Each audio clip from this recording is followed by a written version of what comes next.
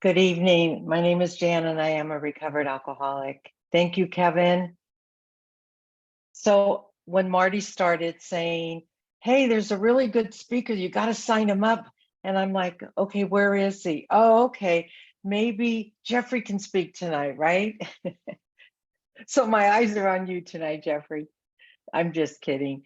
It's a privilege to be able to speak in a Alcoholics Anonymous meeting. And it's only by the grace of God that I have a sobriety date today, which is February 4th, 2008.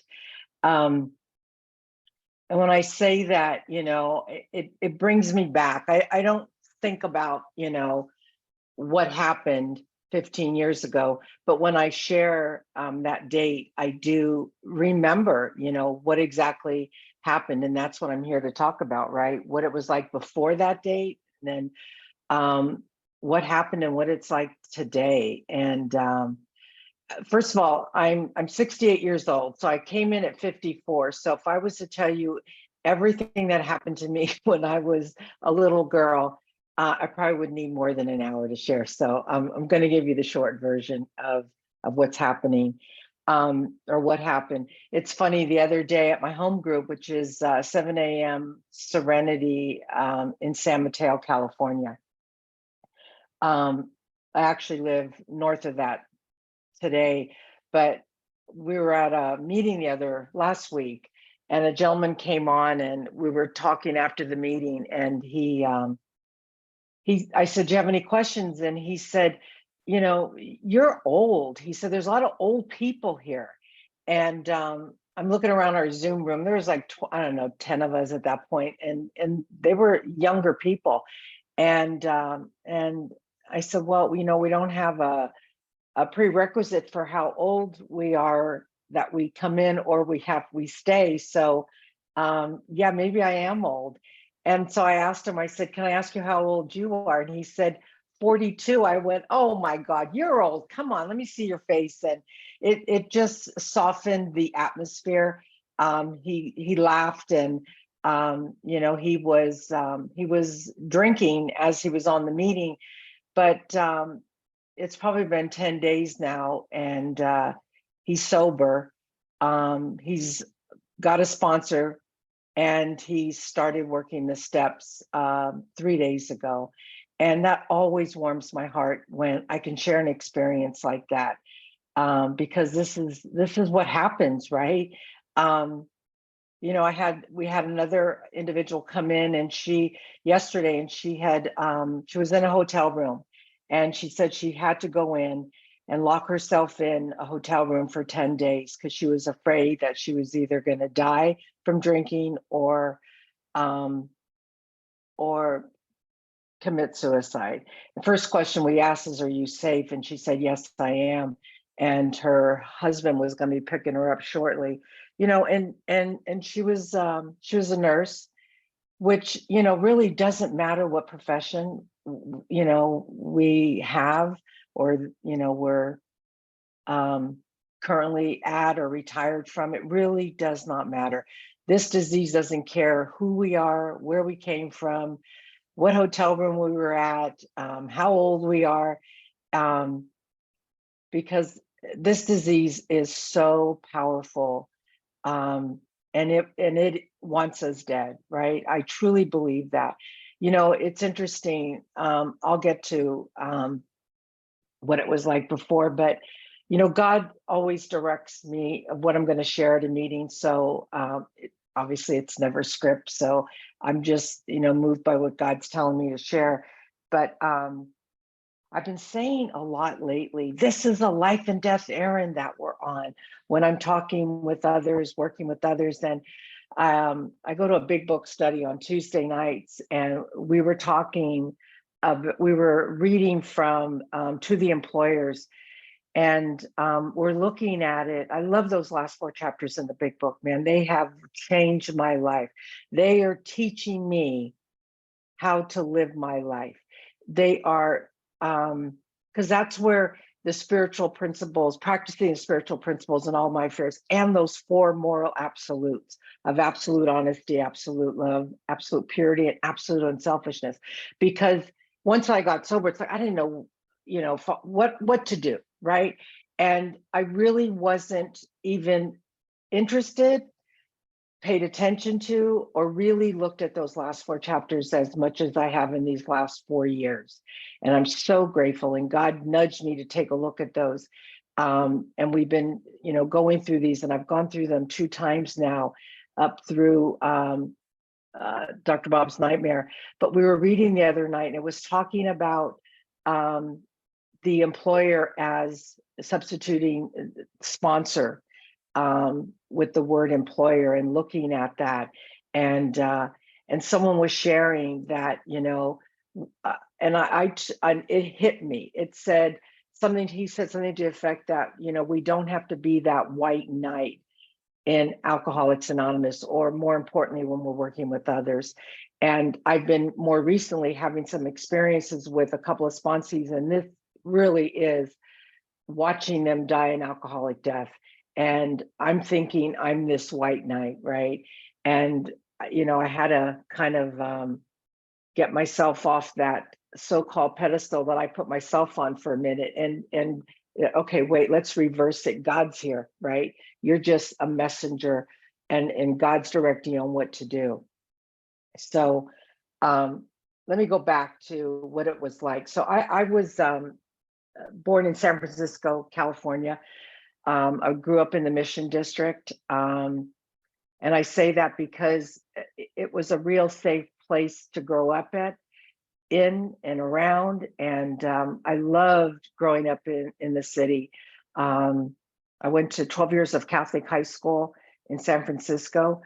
My parents were not alcoholic. My grandmother was an alcoholic. My step grandfather was an alcoholic. On my mom's side, on my dad's side, my grandmother, who I never met, was an alcoholic. But my parents were not. So, I didn't know anything about Alcoholics Anonymous. We never talked about it. The only thing I knew was my grandmother came up to our house. She lived down the street from us, and she would come up, and my parents would say, we called her Ma, Ma's coming up, and go to your room. And I just remember trying to get into the bedroom, and I would go under the bed or hide in the closet because I didn't like what she would do. She would just grab me and just hold me and tell how much she loved me. But there was all the arguing and fighting with my family out in the other room. And that's the only thing I knew about that I can relate drinking with. And I met my husband. I was 14 years old. We got married at 18, and we'll be celebrating 50 years in a couple of months. And he's been the only man I've been with emotionally, physically. He's my partner, my best friend. But we've been in so many different relationships during this 50 years of marriage. So a lot of people might have different, relationship with different people, but unfortunately or fortunately, he's been the only one I've been in different relationships with. And again, it's only by the grace of God that I finally understood, how to live emotionally, spiritually and physically in this relationship with my husband. And I'm so grateful for that. I said I don't know if I remember saying this yet, but I was a scared little girl growing up. I was on the phone with a woman earlier talking about, being molested when I was a little girl for a couple of years by our next door neighbor between 5 and 7, quite often during those 2 years. And I never shared that with anyone. I mean, talk about keeping secrets. I kept that secret from everyone, from my parents, even from my husband, until I came into recovery when I was 54 years old. But everything, I mean, talk about playing a victim role. And I know that victims don't recover. I know that. Today, I didn't know it before I got sober, but I lived my life a afraid little girl, didn't know how to say no, felt, unlovable, weak, but also felt that I had to have some kind of power, right? So which was me playing God, right? I played God through my whole probably childhood, young adulthood, up until I came into recovery. Um, I mean, I would even dress up as a nun as a little girl and play. I probably would have dressed up as a priest or God of my image of what God was growing up in the Catholic Church. But I thought, hey, a nun would suffice, right? And but it was just showing how I thought I had all this power and control, and I had a choice over how I showed up in the world. I really, really, truly believe that. Um, and even in sobriety. So, like I said, my husband and I, we ended up getting married at 18, and um, I had a best friend growing up. We met when we were in first grade, and he died at 25 um, from HIV, and it broke my heart. I mean, he was my best friend. We did everything together, and I mean, we had our first drink together. We bought Colt 45 for those of you that remember that beer, and we got drunk on that, right? And we went and did everything. I mean, we I went and saw my first porn movie with him, and we were friends. I mean, it was strictly, a friend relationship, and I told him everything. And when he died, you know, he knew all my secrets. He didn't know that one though. I never told him about being molested, but he knew everything else, and I felt safe around him. Um, and then I met my husband, right? And my friend Steve had died, at 25. And so I didn't have a good friend other than my relationship with my husband. And my husband became that friend that I told everything to except that, which was a big part of marriage, of sharing something that intimate, and I'll get to that, why I didn't want to tell my husband that later on. But I didn't really drink alcoholically. I mean, I tried, different drugs, smoked pot, you know, but I was able to put it down. Let me just say that during this time. And then we decided to have our first child. We have one. He's 42 now, love of my life. Um, and that was the only time that I really refrained from anything, up until, I mean, drinking or anything. And that my brother-in-law was graduating from medical school, and there was a graduation. I think I was, I don't know, 7 months pregnant. And I remember asking him, this is how this disease is. I said, do you think, because everyone was drinking and doing Coke that night, and I said, do you think if I had a line of Coke that it would be safe? And he said, well, a line shouldn't hurt you. And it was because the disease was telling me it's okay. And I remember doing one line and never did another line until probably 2 days after my son was born. And I really started, so I was 26 then. I started to use different dry substances. And but I was functioning. I had a really good job. I started working for a dentist when I was 19, and I retired from that position a couple of years ago. So I worked for him for a very, very long time. And I like the effect that the drug had on me. And then I can't tell you when, but I started drinking alcoholically probably in my, I don't know, late 30s, early 40s. I mean, always drank, but never alcoholically. And then I started entertaining the idea that maybe, as it talks about in the big book, maybe sedative with alcohol might be a good thing. So I started doing that. And I'll tell you, it was exhausting trying to keep up with that way of living and going to work every day, and couldn't wait to get off and go to the liquor store and get whatever I needed to go home and start drinking, and bringing, dry goods to work, and doing that during the day. And thought, man, I've arrived, until things started happening.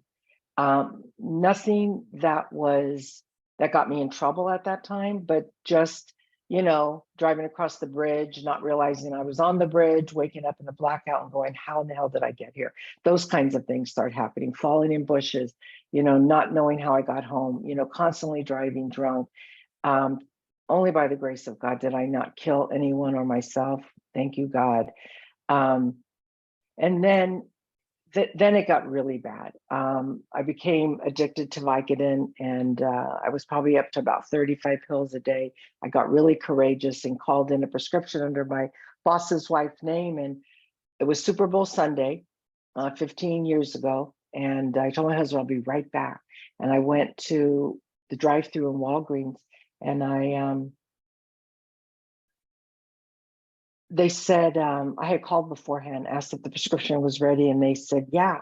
And got there, and they said, oh, you know what? I think we put it back on the shelf. I knew then something was up, but I was so desperate because I needed something.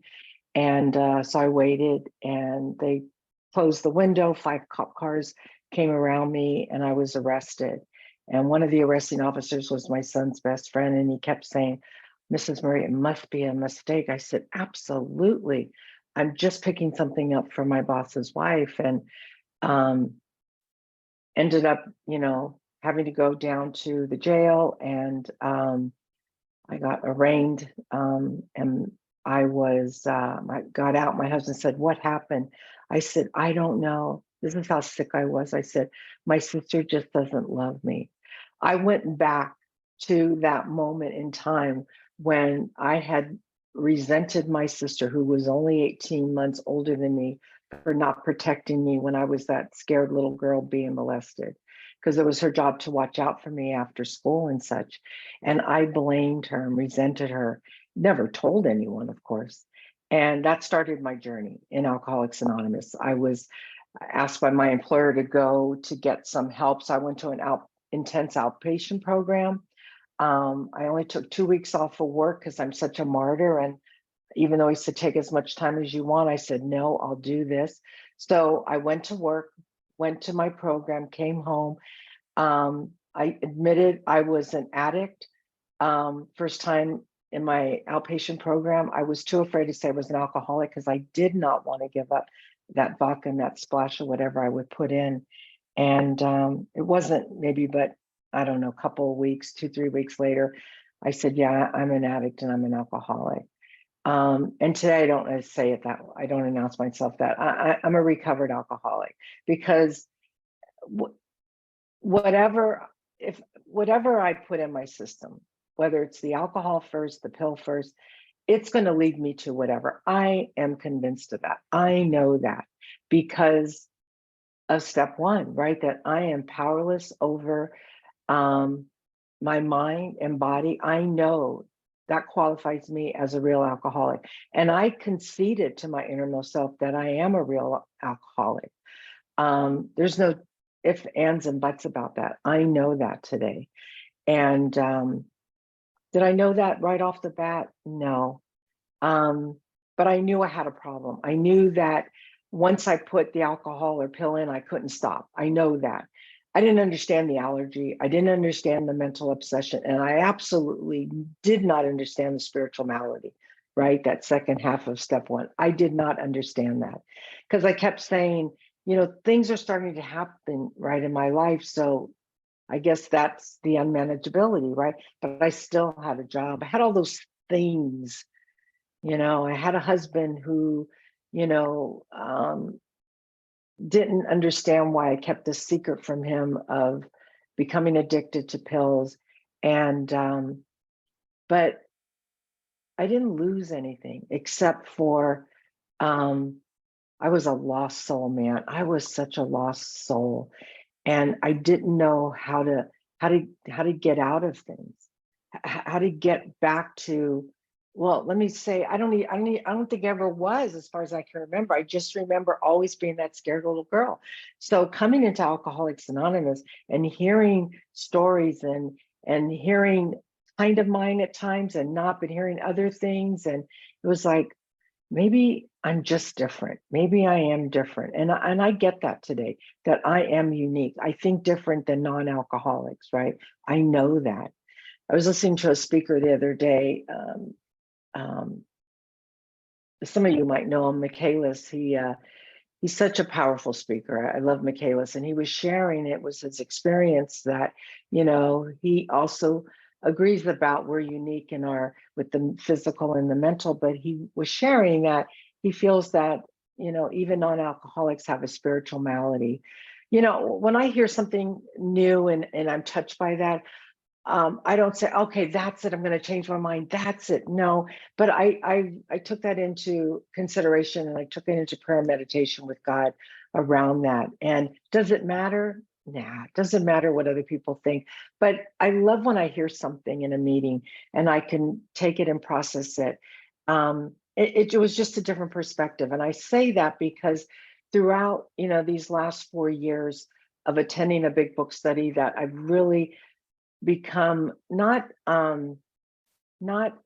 don't want to say attached to the book.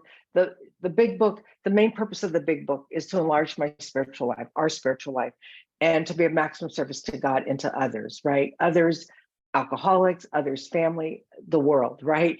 And I've learned that, and that's what I use the big book for. And I use it to take others through the book, but I don't use it as a weapon. I used to. I used to. But I also love different perspectives. I have never changed anything written in the book. I mean, I just don't do that. I read as it's written. I don't change God to he or she or it. No, I say the word God. I don't have any prejudices around that. I understand people do. That's not my experience or part of my story, but I just am conscious of of of things, of experiences from other people, and I put them in my mind, and I process them with God at a later date. Um, so step two, right? Step two, came to believe, right? And a power greater than myself that can restore me to sanity. So, when I first was in that treatment program, I had to get a sponsor. And a friend of a friend told me about someone she knew in AA. And I said, perfect, I'll use her. And I used her, right? I didn't call her. She would call me and give me an assignment. And it was, God bless her, she gave me the tools that she knew of. We read out of the 12 and 12. Occasionally, she gave me paper assignments. My 4-step was an autobiography. And, I read that to her, and I knew I was supposed to take others through. And, you know, God bless those individuals. Luckily, I didn't take that many through that first year, or 9 months, I should say, this way. But I based my step two on the 12 years of Catholic school that I attended. I didn't read We Agnostic. I didn't need to. I went through 12 years of school until 9 months after. I reached out to a friend, and I know God was, he was doing for me what I didn't even know what I was doing, because I'm on Facebook, right? This is 14 years ago. I didn't know how it was working, and a chat pops up and it says you rang, and I'm like, oh shoot, how do I respond? You rang? And I went, yeah, because I'm this scared little girl still, and I'm not going to say, what are you talking about? And so he said, what's up? I went, do you know if there's a good 4-step workshop coming up? And he goes, why? I went, I don't know. Is this all there is? And he goes, well, how's step 3? And I went, how's your step 3? I go, fine. He goes, step 2? I go, fine. And again, I didn't tell him, that I never read We Agnostics, that I had this education from Catholic school. And so he said, well, let's meet for coffee. So we met for coffee the next day, and he introduced me to the big book. And he had recently had an experience of going through the big book line by line, turning those statements into questions, and it was powerful. And I thought, whoa. He goes, so what do you think? I go, yeah. So he took me through the steps, and I had my first conscious relationship with a power greater than myself that I still call God. But over the years, it has changed, it has developed. I really think at times I've been in a fraudulent relationship with God, using him, and I know we've heard this before, but if I only got up and said good morning to my husband and good night, how is that working, right? And I was doing that with God. I would read the pages upon awakening when we retire at night, sometimes, but I had a connection, I would say. Okay, and there was something there. I'm not saying there wasn't, but I didn't rely on that. I did not rely on that. And what happened was, for me, it was about 4 years ago, I had done I have a lot of financial amends that I had made in my recovery. I had a huge one with my boss, and we hired an associate, and I did retire. I retired, and it was Christmas, and I'm reaching out, wishing them a Merry Christmas, and I'm not getting any response. And of course, the disease is telling me, he found out that you stole from the company. And I'm on my knees begging God, please, I'll go to jail. Just let him respond to me. That's how spiritually sick I was. And it tells us in the book, it's not, well, two things. It's not it's not if I will drink again, it's when I will, right? I can't say in that moment I wanted to drink, but I was willing to die. I was willing to do anything. I was so sickened by this fear of the lie I was telling myself, that I'm defective, I'm a fraud, I'm stupid, I'm weak, I'm no good. And I'm thinking, oh, he's thinking that. And later on that night, it was Christmas Eve, I get an email alert, and it's him saying, oh, I'm so glad to hear from you. We love you. We miss you, and all this stuff. And it's like, oh, okay, now what? Pass the gravy? It's like, oh my God. But this time, it's like God had my attention. And I don't need, or God does not need, put it this way, my consent to move me. And he was moving me that day. And that started me going through the steps. Someone reached out and said, hey, there's this big book study going on. You might be interested. And I went, and I heard things around step 2 that I've never heard before. And it was as simple as making a list of spiritual terms, and in one sitting, and right next to it in one sitting, write what comes to you. Don't overthink it. Don't look up the word in the dictionary. Be honest. And I did. And the word that came from me is friend. So I have a newfound friend, which is God, right? Respectful. I mean, I know people have their different names, and to each his own, but and I humbly invite God into meetings, my space. Every time I work with a newcomer or anyone, it's always, I humbly invite you, God, into this safe space. I heard Kevin say this before he, said the prayer that we're going to invite God in. Yes, I do that all the time. For me, it's very important. I know he's deep down inside of me. I know that, but I always humbly invite him into the space. And I learned how to do that. And I also learned all the doubt and prejudices around the God idea. And it's right in the big book. And I saw it, but I didn't really do anything with it. I read it. It was just words on a page, but I answered those questions. Where did I get my first idea about God? Who and from when and from whom? And I was able to really look at that and started building this new relationship, talking about demolishing a structure and rebuilding it, right? And it was so powerful, that experience. And then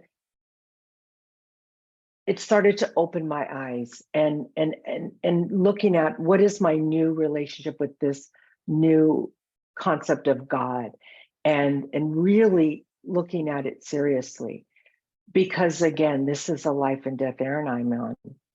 And I have to change my thinking, right? I know Sandy B has a recording, lots of good recordings, but I remember him, one of them, he says, there's 3 words in step 2, change my thinking. And it's true. And I changed my thinking. And my life and experiences since then, I have to pinch myself. And I've said this before to people in meetings that with my relationship, especially with my husband, I remember one day, and I've done it more recently, being married this long. And I remember coming into recovery and making my first, excuse my French, half-assed amends to him and touching him. And it's like, oh my God, your skin is so soft. It's like it was the first time I was touching him. And I went, where have I been all these years, right? And more recently, it's like, it's still soft, but it's like, it's so beautiful because it's a different, it's a very authentic, loving, powerful relationship I have with my husband. And you know why? Because of those 4 moral standards that I was really introduced to. I heard of them, those 4 absolutes, but it's like, okay, what does all that mean? What does that really mean? And when I was given an assignment to bring those 4 absolutes into a bedevilment exercise that I was asked to do, and my 4th step inventory, and it's like, what? And it's like, it's so ingrained in my daily practice. Am I honest, right? Is it right or is it wrong? Is it ugly or is it beautiful? Is it, I'm losing the other one, it'll come to me. And then the biggie is unselfishness, right? Man, I was so selfish, even, in sobriety, probably more so than I was out there in my disease.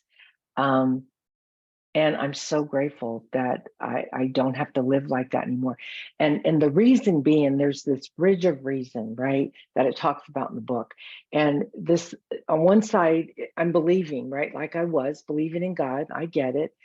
And then if I go over the bridge into the God consciousness, that's why I get to stay. That's why I want to stay. Do I go back? Absolutely. I was back there 2 days ago. And then it's like, what am I doing here? Go back over. And sometimes I'm on halfway in the bridge. It's like, okay, what side's good for today? When that spiritual malady crops up, because it will, it tells us it will, right? But because of step 3, that I've made a decision, right? I love that. I made it, and it's only a decision. I've made a decision, right, to turn my life over to this care of this beautiful being, God, right?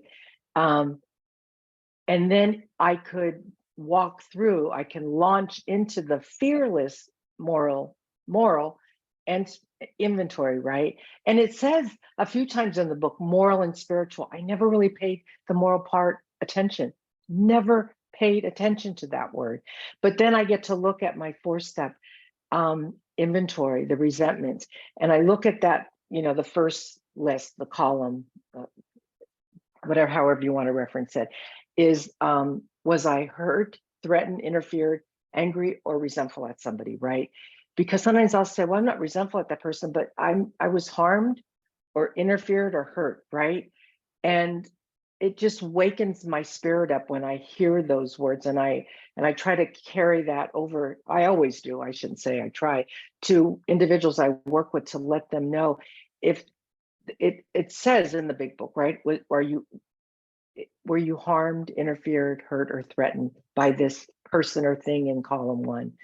And I got to look at that, right? And then write the cause, the reason, go through those 7 areas of self, look at the realization. Why am I resenting, or am I resenting that person or thing in column 1 the same way, or did I do that to them that they did to me? And if it's not even them, did I do it to others? And the answer is always yes.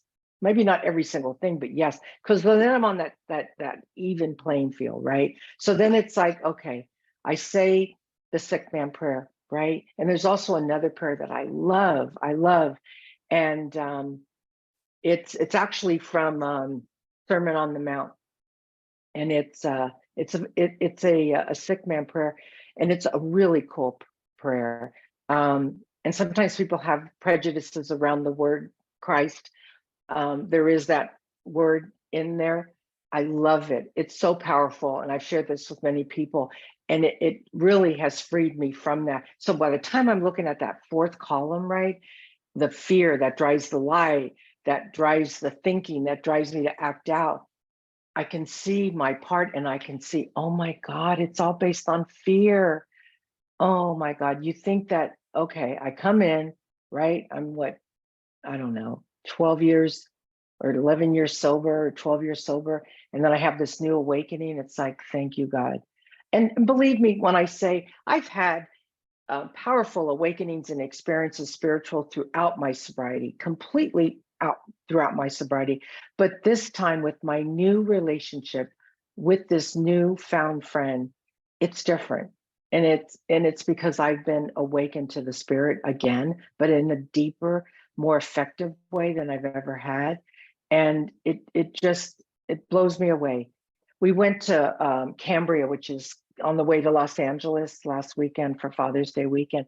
I was sharing with a few people that, I used to look at that ugly tree in the beauty of the forest, that part in the big book. And I'd have to kind of like move the tree out of my way to see any kind of beauty. And now I just see the beauty of the forest. And it was like I was sitting across the ocean. We were staying at a place, we were fortunate to, across the ocean, across the highway. It was, a small little road that they call a highway, but I got to see, and it was like, oh my God, this is so beautiful, beautiful. I mean, the birds and the formations of the clouds and all that stuff, and surfers out there, and it was so darn powerful. And have I had other experiences like that? Yes, but I was 100% present, and I caught myself like, whoa, this is spooky cool right now, because there was a lot of people around. There's just me and this higher power who I call God in this space. And it's because of my relationship. And it was one of those weekends that, man, nothing went wrong, right? I mean, the only part that went wrong is I forgot a part of my CPAP.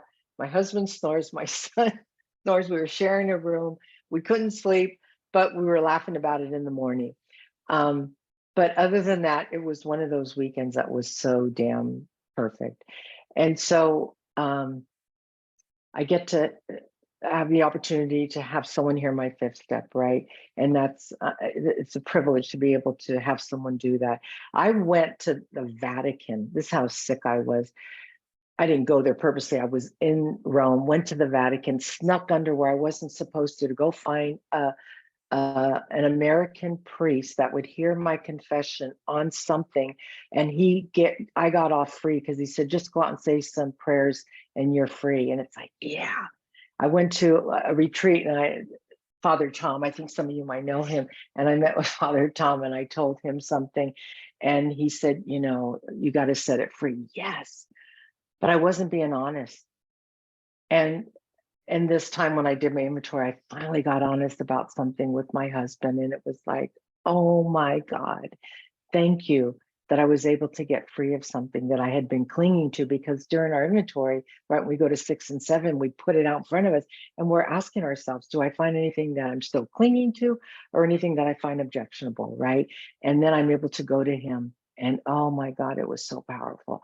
And I had to hear him tell me things that were uncomfortable and painful and emotional. But man, it has just strengthened this beautiful marriage that we have. And then I can humbly, ask God to remove these character defects that are blocking me from accessing his power, right? And then I can get the power to make some decisions on my own, right? And because I've had this spiritual awakening. And then I make my list, right? I make my list of those I have harmed. And like I said, I had so many financial amends that, and it was only by the grace of God that I wasn't arrested. I wasn't, oh my, I can spend hours talking about those financial amends, but I'm so grateful that God gave me the courage to go to those, even in early recovery, that I didn't know. I mean, I knew what to do. I did know what to do. I had really good instructions on what to do. And I brought God with me then. Every time, every time. But I can honestly say I've completed all my amends. And I love, love, love step 10. Well, first of all, for step 9, and I've heard it so many times that, you know, we go and we make amends and we're not supposed to say, I'm sorry. I don't find that anywhere in the big book. And I've talked to people about that. Sometimes I have to say that because I'm talking to someone that has no clue what I'm trying to say. Like, I'm here because I'm doing I'm doing inventory. I'm a member of Alcoholics Anonymous, and I'm here to make right a wrong. And they're like, what the hell are you talking about? So I put it in simple terms. And sometimes I have to say, I'm sorry. But I don't go in saying it to get a free pass. I make that very clear, right, with God and myself and with that individual.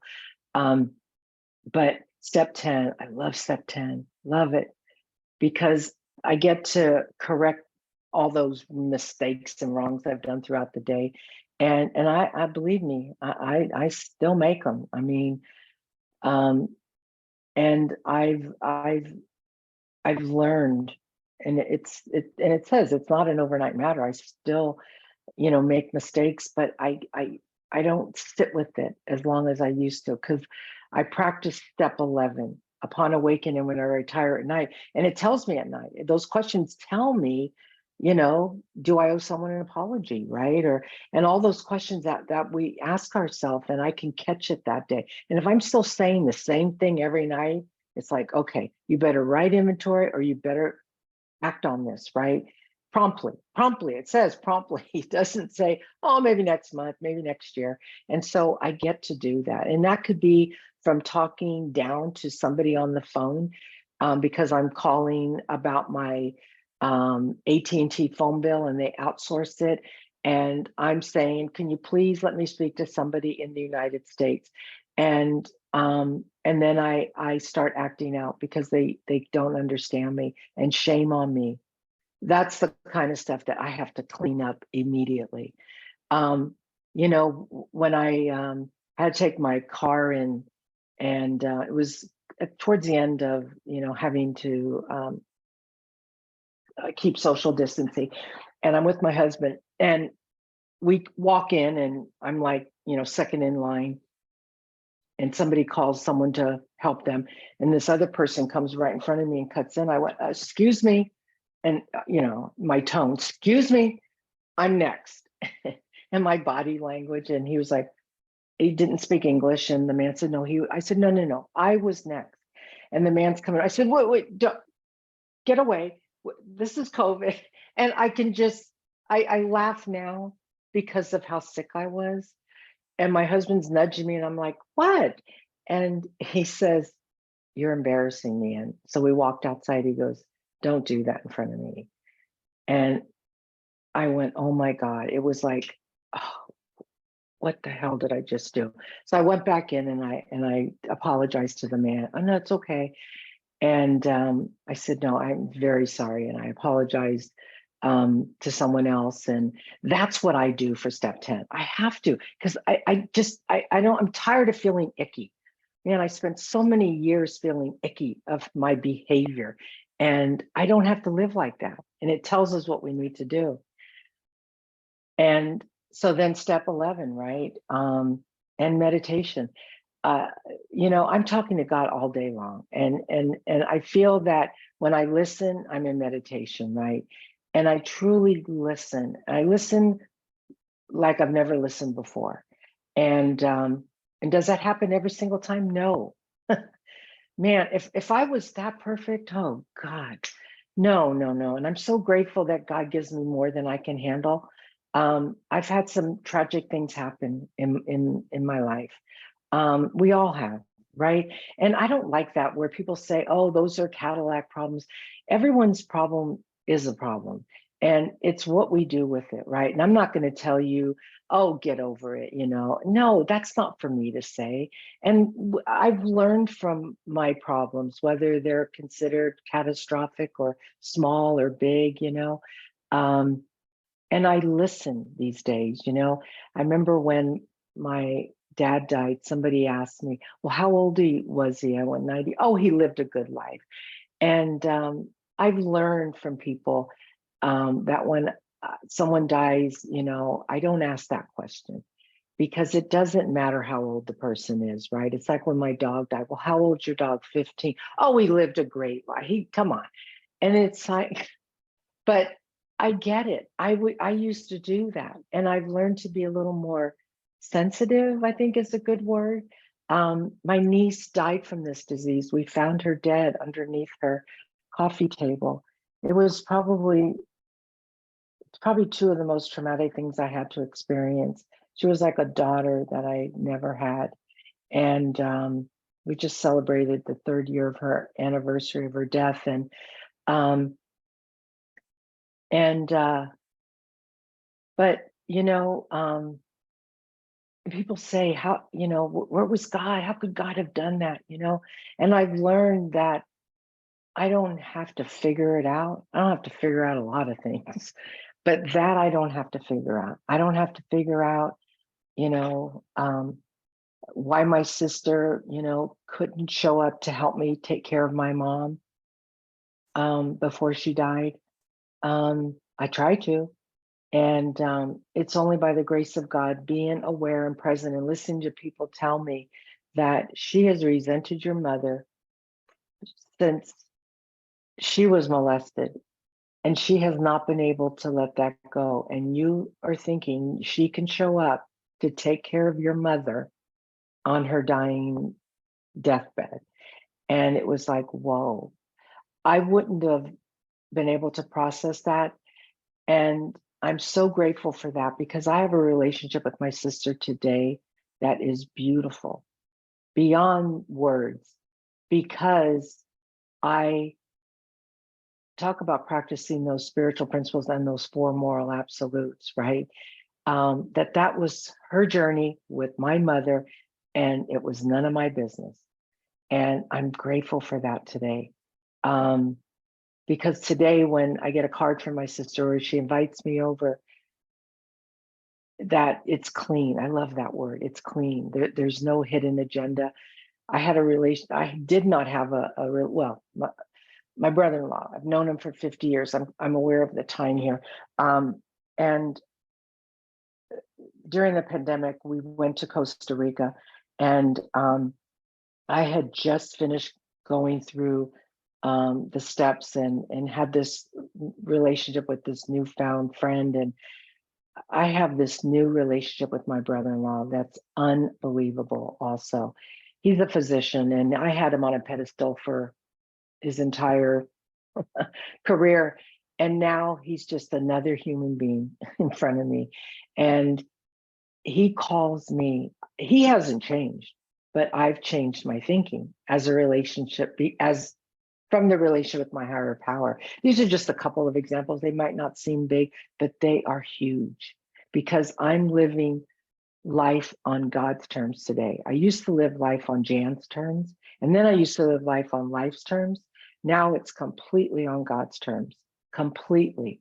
And when I get off track, believe me, I get nudged by God. I know that because again, he doesn't need my consent to move me, and he moves me in a way that I can't even believe. And step 12, oh man, having had a spiritual awakening as a result of those 11 steps, I can carry this message out. And how can I not, right? How could I not?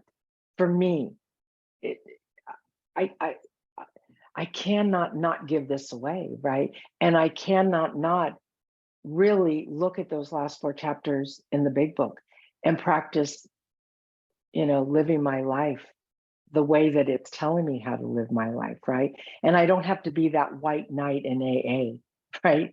That I thought I was when I have this sponsee that really on, talk about dying an alcoholic death, literally, or stop drinking. And it might be the alcoholic death, right? But God just said, hey, you know what? You're not the white knight. And it might sound like a corny term, but I love when I hear something that hit me so spiritually, right? Because God's the white knight, as far as I'm concerned. But I love working with others. I do sponsor both men and women, and it's a privilege. It's a privilege. And it's a privilege that I'm retired, that I get to do this. But I will say, during my years of sobriety, I put AA in front of my family many, many, many times, and I will not do that today. I work my schedule around family. If I have to get up at 6 in the morning or 5 in the morning to work with someone on the East Coast or out of the country, I'll do that, because I do have to check in with my husband. And it tells us that in the big book, right? It doesn't tell us. So recovery is when I'm working with a newcomer, recovery is very, very important, should come first. But 15 years in recovery, I don't have to sit in AA all day long. I don't have to go to 10 different workshops. I don't have to do this exercise and meditation and that and all these retreats, because I'm missing out on the beauty of what God wants me to do, and that's to live my life. Thank you for letting me share, Kevin. I love you.